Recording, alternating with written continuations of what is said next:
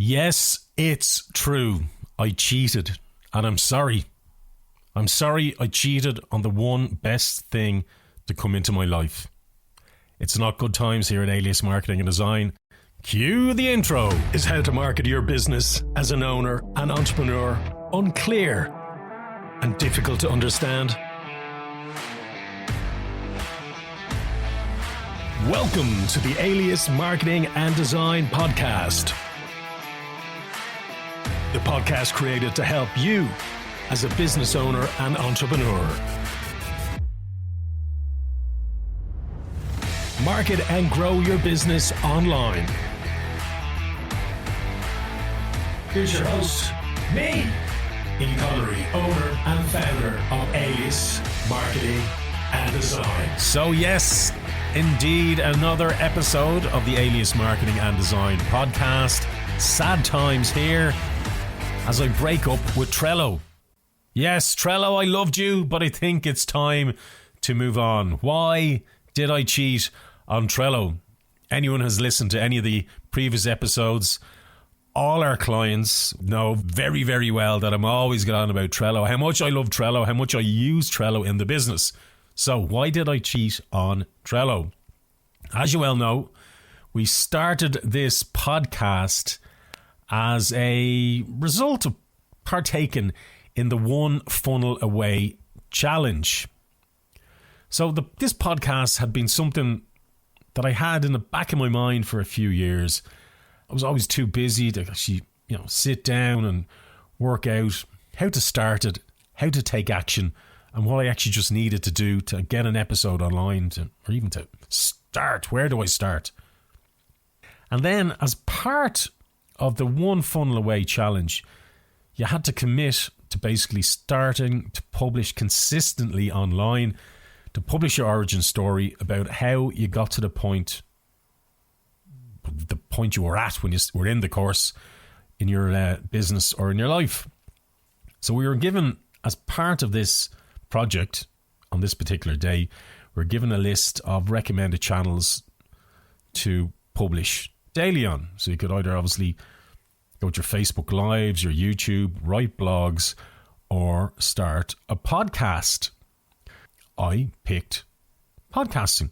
The recommended software that we were given to just get online quickly, start a podcast, was Anchor. Anchor at the time was brilliant. We loved Anchor. We don't use Anchor anymore for various different reasons, but we switched over to Simplecast. And sure, listen, we may switch again. Anchor at the time was brilliant. You could easily get online. You could use your phone to record, so you didn't need a mic. I thought it was absolutely brilliant. So fast forward 2 years on to where now we're creating episode ideas. I'm recording the episode with our in-house mic. We've researched mic upgrades, other technologies. We now edit the show. We've created an intro. We create the artwork for Facebook and Instagram. We create video teasers for Instagram and Facebook. So we've gone through this whole long process of 2 years and learned how to do it all. From just taking an idea to speak about to actually publishing quality finished content online. It hasn't been super difficult, but I've gone on a journey, faced all the obstacles along the way, and we've arrived at the big result. What's the big result? Getting a finished podcast episode online. But that's been all well and good, and what's gone on, and all the research I've done, and everything, all the tasks, all the sweat, blood, tears that I suppose we've earned along the way, and we've learned along the way, has been in my head. But this has been the case up until the start of December, where this journey and this process was all inside me. And in episode 15, I spoke about checklists and how using checklists in your business can tremendously help with productivity and ensuring all your tasks get done without dropping any balls. So, taking my own advice and using a tool which I came across in a video, again by Russell Brunson. I swear I actually don't watch many of Russell's videos, But the content he delivers is genuinely excellent and always worth sharing. And as you know, I love an L productivity tool. So in this video, Russell was speaking about his favourite productivity tools and the tools that he uses to help him manage his tasks, his time, his team. I think there was 4 tools in total, and I knew 3 of them. I was familiar with 3 of them, but one I'd never even heard of before. And the one he mentioned that I hadn't heard of was Workflowy. So I tested Workflowy, and I'd also read the comments in the video of the YouTube video. And somebody mentioned how they had swapped from Workflowy over to Dynalist. So as I tested Workflowy, loved Workflowy, so simple. It was just great to use. Russell mentioned how he used it to outline and write his books, the 3 books that he'd recently rewritten, I suppose, at the time. So we tried Dynalist at the same time as we were trying Workflowy, realised that essentially Dynalist was Workflowy on steroids, and I much preferred it. So basically, Dynalist is like, it's an outliner tool, similar to Workflowy, obviously, but very similar, again, to other tools such as OneNote, Evernote, etc. As I was planning my to-do list for each day, I started to document everything about the business that was in my head. I suppose in essence, this is journaling of some sort. We have a lot of processes and templates documented in Trello that we use, from checklists from creating websites to email templates to quote templates, everything that we use just for easy use. We have it all stored inside Trello, and I found that Dynalist was a lot more suitable, as you can move lists and content around a lot more easier. There's not this big drama about having to create a brand new board, create new lists. And I just found Dynalist is a lot more suitable to documenting these checklists.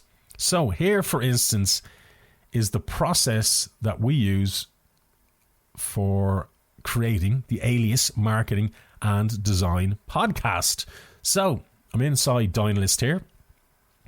We have one list, and it's the episode creation checklist. So generate idea, and I have a little note, which is fantastic. You can add notes to each one of your points, and I have a link to our Alias Marketing and Design podcast Trello board. So inside the Trello board, we have all the ideas that I clip in there as I'm, wherever, walking around, sitting in the office, reading a book.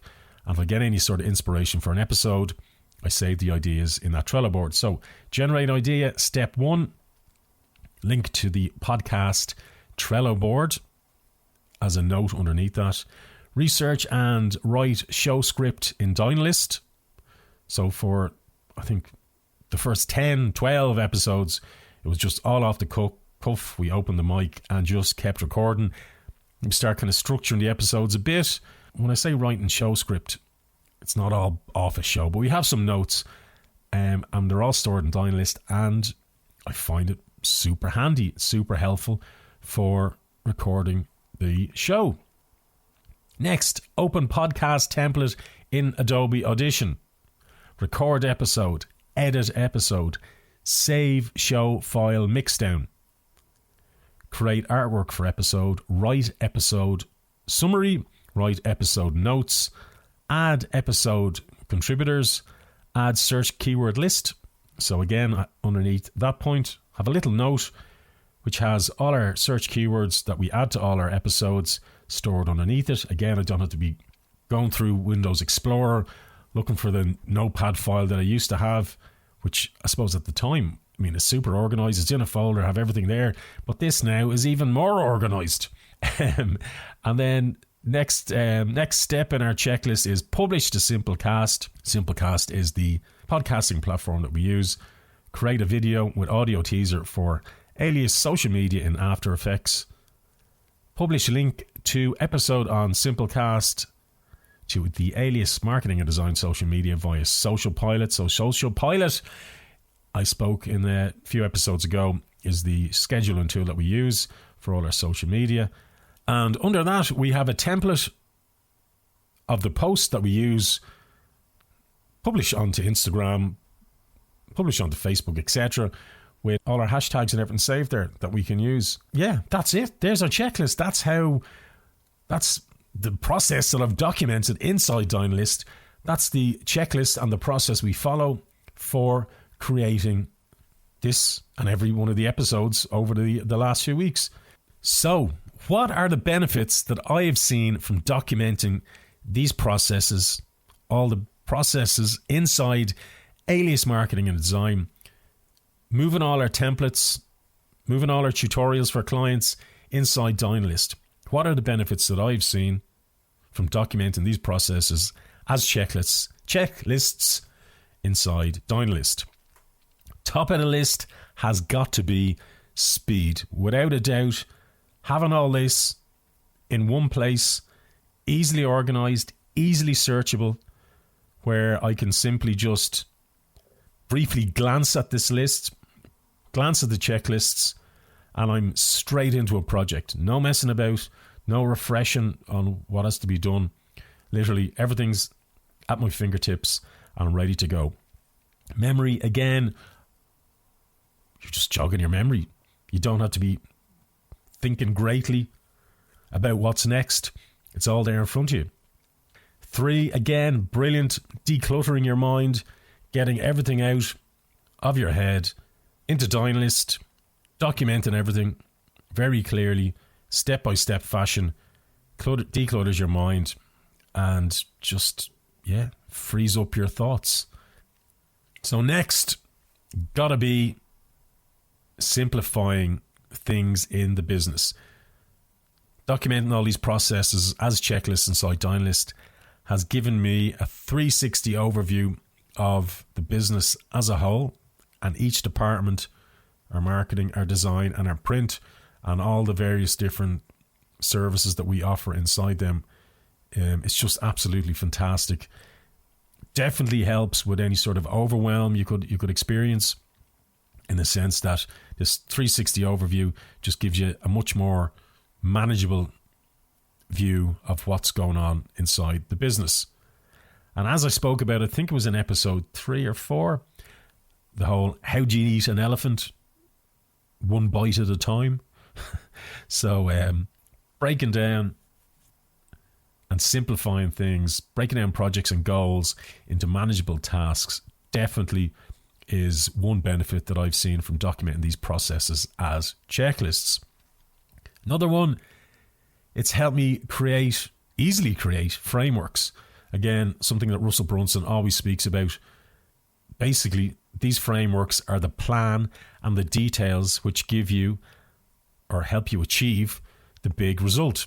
As I said, in this case, our big result was publishing a podcast online.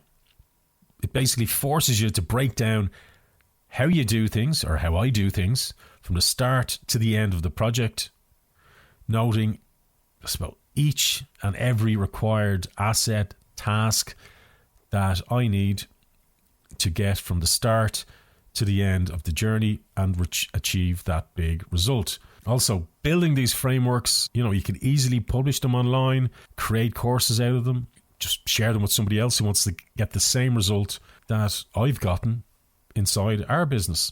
Sharing it with people who want to get the same result. I can also share these frameworks easily. Other individuals inside Alias, teams, external teams that we use, any sort of teams that we're introducing into our ecosystem, we can basically just show them this is how we do stuff and this is how things should be done. So as I said before as well, I'm journaling about the business. I'm getting everything out of my head onto paper. Hal Elrod speaks about this in his book, The Morning Miracle. He speaks more about, he speaks about the importance of journaling, I suppose more so regard to personal thoughts. Definitely, I've found that documenting this, journaling everything that goes on in the business and having it, I suppose, inside one tool just feels an awful lot better. And one thing which has been on my mind, as you get older, as you approach, you just get older in life. Your legacy. God forbid anything happened to me in the morning. You have everything documented. You have everything there. I've spoken to a number of my friends who, have different businesses and deal with different clients, and particularly accountants. And they will tell you that many of the clients that they would come across would have all their businesses inside their head, particularly kind of old school guys would have everything and how things should be done inside their head, as opposed to having it all online or somewhere else, but basically easily shareable. And as I said, God forbid anything happened, I can give the keys of the castle to my beautiful wife, and she knows exactly how everything happens. So, there you go. That's why I cheated on Trello. That's why documenting business processes as checklists is so helpful.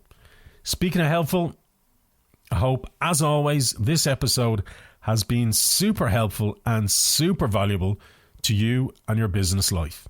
I've been Ian Connery. This has been the ADIS Marketing and Design Podcast. We'll talk to you real soon. Cheers. Bye-bye.